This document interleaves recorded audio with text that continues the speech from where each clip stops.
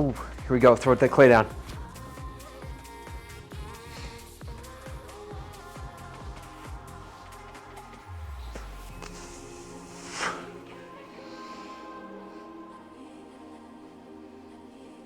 It's pulling at the wall.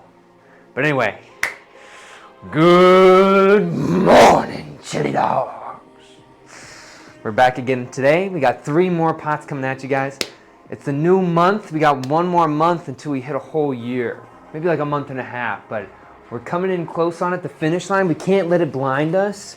We gotta make sure we don't look at that finish line, right? As soon as you see that finish line in your mind, it's taking up space in your mental CPU. You gotta control that a little bit, right?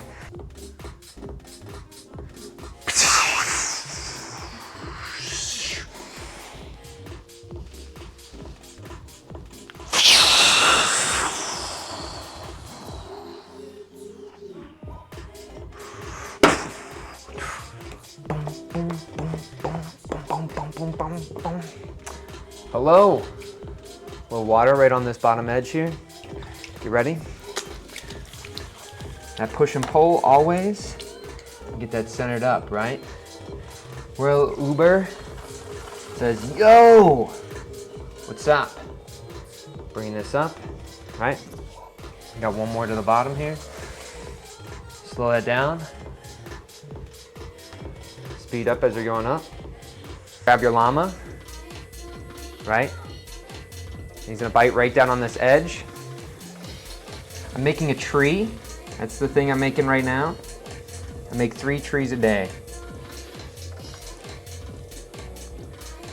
Oh my God, I've been playing with porcelain for the first time. Yo, I feel like porcelain for me, I feel like it's a type of clay that water benders would use. Got a gift for you. This little bump. Very slow on that bottom to find this little bump. Allow it to make a couple of rotations before you start lifting it. Now you really have control of this bump. And again, you're just lifting that up.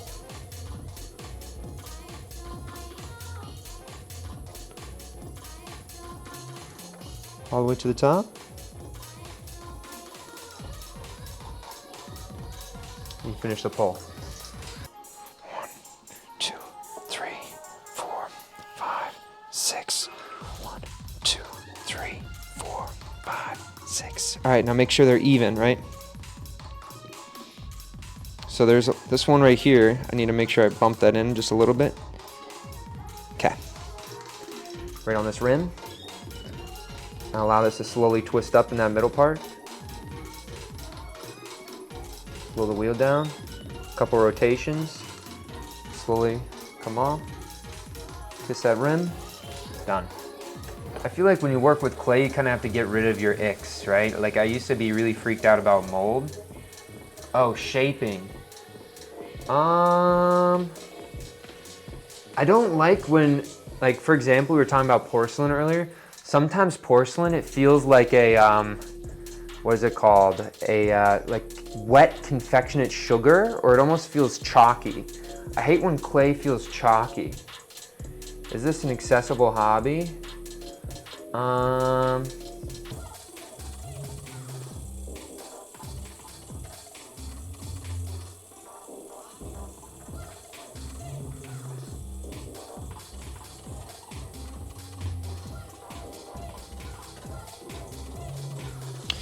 right.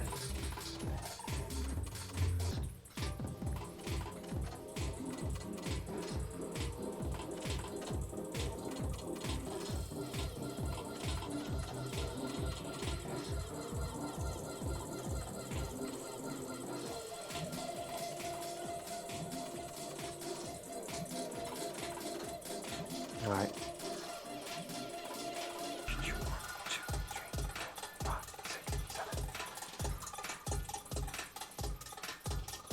Looking cool. I like the way that it's, you know, it's almost like the pot is looking at you guys. All right, camera A. Camera A. I feel like this kind of feels like dubstep a little bit right now. The music in the background. Were you guys around for when dubstep hit the scene? You got it? And speed it up as you get to the top there. And so it's thin right in this area, but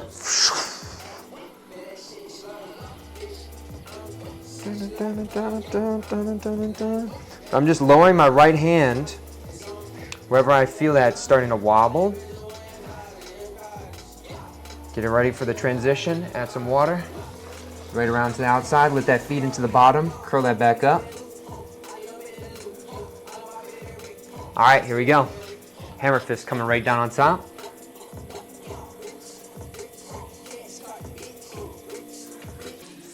Camera B. Right down to the bottom.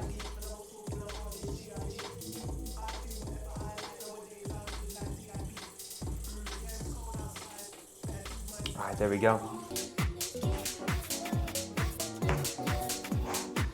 All right, here we go. We got number 1 over here. This is the one that we just finished. I think the tendrils are acting more like a pattern on the bottom, but I do kind of like this hourglass figure of it, kind of being a little bit wider in the base, kind of twisting up in that center, popping out a little bit on the top, and have some distance on that top with that little extension going straight up on that top there. One that doesn't have that is this one right here. This one is really flat on the top, collapses in. It's almost giving you a little sneak peek on the inside there, and I kind of like how that's going. The tendrils are functioning less as a pattern on that one.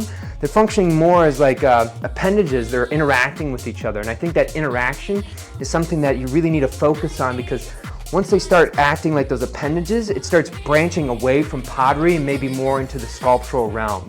But still working on that, right? Then on one on the top totally fell open, right? And I kind of like these because it almost gives it the pot a direction.